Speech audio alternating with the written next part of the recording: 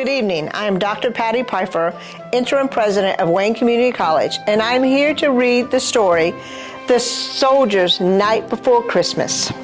This story was written by Trish Holland and Christine Ford and illustrated by John Manders.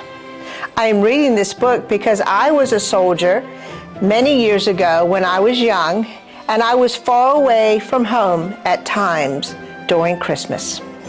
So let's get started.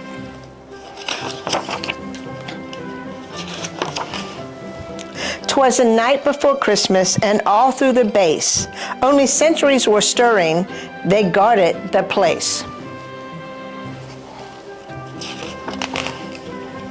At the foot of each bunk sat a helmet and boot, for the Santa of soldiers to fill up with loot.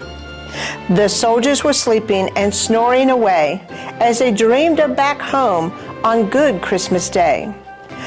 One snored with his rifle, he seemed so content. I slept with the letters my family had sent.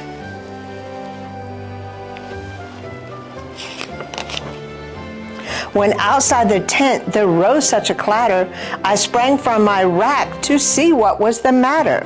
Away to the window I flew like a flash, poked out my head and yelled, "What was that crash?"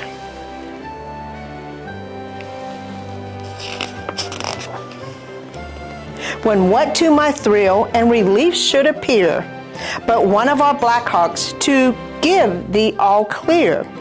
More rattles and rumbles, I heard a great whine, then up drove 8 Humvees, a Jeep close behind. Each vehicle painted a bright Christmas green, with more lights and gold tinsel than I had ever seen.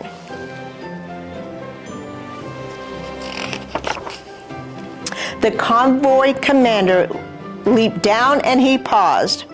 I knew then and there it was Sergeant McClaws.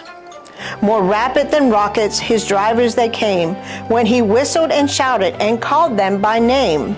Now Cohen, Mendoza, Waslewski, McCord, now Lee Watts, Donati, and Specialist Ford.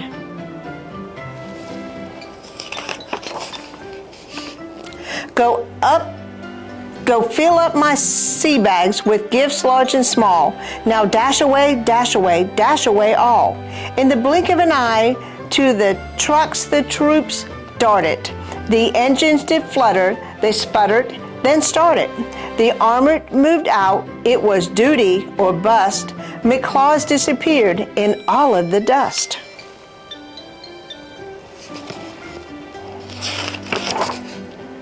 As I drew in my head and turned around, through the tent flap the sergeant came in with a bound. He was dressed all in camo and looked quite a sight, with a Santa hat at it for this special night. His eyes sharp as laser, he stood 6'6". His nose was quite crooked, his jaw hard as bricks.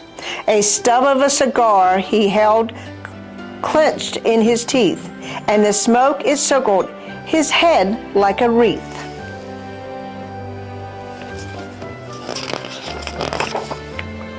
A young driver walked in with a sea bag in tow.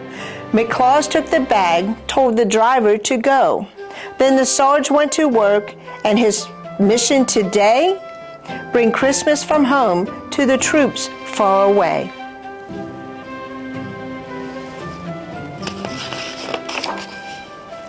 Tasty gifts from old friends in the helmets he laid. There were candies and cookies and cakes all homemade. Many parents sent phone cards so soldiers could hear treasured voices and laughters of those they held dear. Loving husbands and wives had mailed photos galore of weddings and birthdays and first steps and more. And for each soldier's boot, like a warm, happy hug, there was art from the children at home, sweet and snug.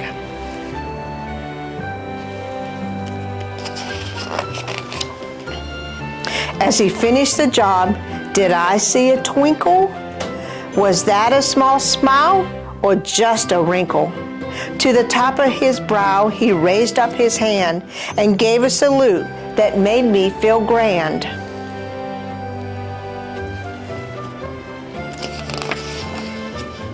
I gasped in surprise when his face all aglow. He gave a huge grin and a big ho ho ho. Ho ho ho from the barracks and then from the base.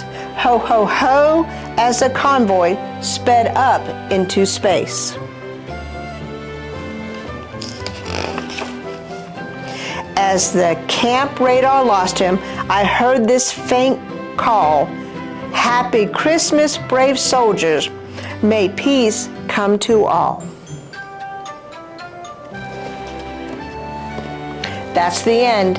I hope you enjoyed this book, and I hope you had a great holiday season.